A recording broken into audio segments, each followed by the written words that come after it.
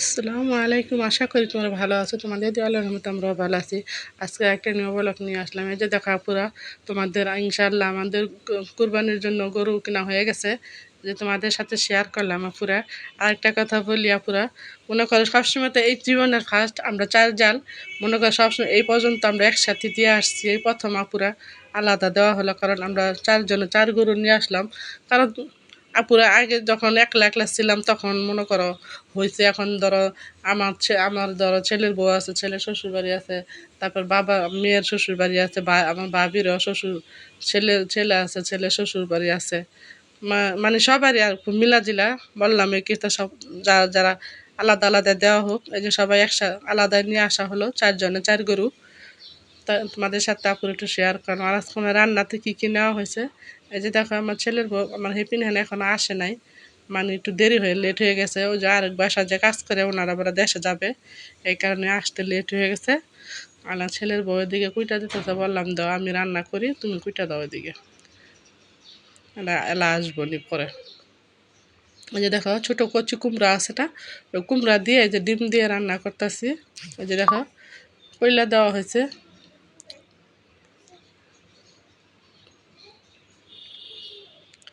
তাহলে পুরো আমার পাশেই থাকো, দেখতে থাকো, আর যদি ভালো লাগে প্লিজ লাইক কমেন্ট শেয়ার একটা সাবস্ক্রাইব করে দিবা পুরা।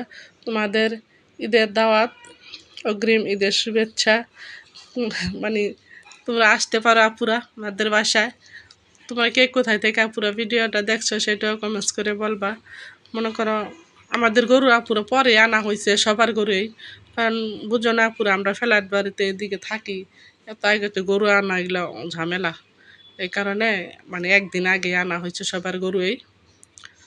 একদিনই তো বললাম আপুরে, একবার মানে গ্রাম এলাকায় থাকলে বাহিরে গোয়ালঘর, তারপরে মনে করো গরু সব রাখা যায় বাহিরে, মানে দেওয়া যায় দূরে মানে ঘাস খাওয়ার জন্য। এদিকে তারটা গ্রাম না পুরা।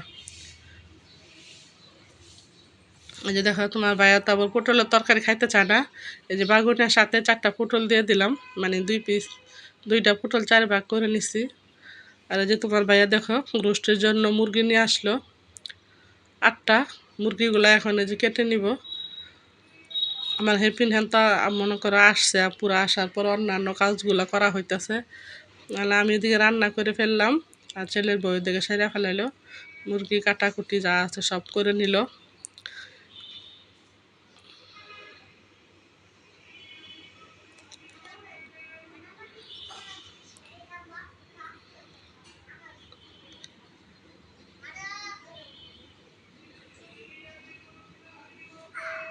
আশা করি পুরো ভিডিওটা দেখবা, তোমাদের কাছে ভালো লাগে। এই যে দেখো পটলের তরকারি রান্না করা হয়েছে, আগে পুরো তেলে ভাইজা নিছে, নেওয়ার পরে এই যে মনে করো মশলা মাছলি দিল, এখন জাল হয়ে গেছে, এই যে দিয়ে দিল ঝোল।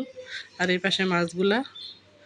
আর যে আমার হেপিন হ্যান দেখো আইসা কত কাজ করতেছে, বাথরুম ধোয়া আছে, ফ্যান ট্যানগুলো মুছলো, তারপরে যে বললাম আপা বাতি টাতি যা আছে সব এগুলা মুছলো, কারণ ধুলাবালি পরে থাকে না, পুরো আলো কম লাগে, এই কারণে বললাম বাতিগুলো মুছা ফেলাও। কলিং বেলটা মোছাইতেছি, মানে কম কাজ থাকে না পুরো বাসায়। এই যে দেখো আমার তরকারিটা হয়ে গেছে, মাছগুলো দিয়ে দিই এখন।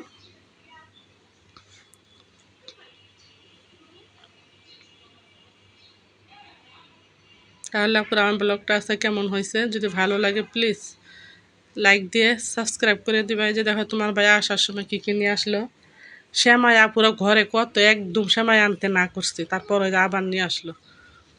চিনি নিয়ে আসছে 5 কেজি। এই যে দেখো মশলা মাছলি যা আছে মানে এগুলো সব নিয়ে আসলো, যে লাচ্ছি, বিস্কিট, কিসমিসে আপুরে যে 1 প্যাকেট আলামি রয়ে গেছে, আবার যে আজকে নিয়ে আসছে। তাহলে আজকের মতো এ পর্যন্ত আপুরা, আল্লাহ হাফেজ।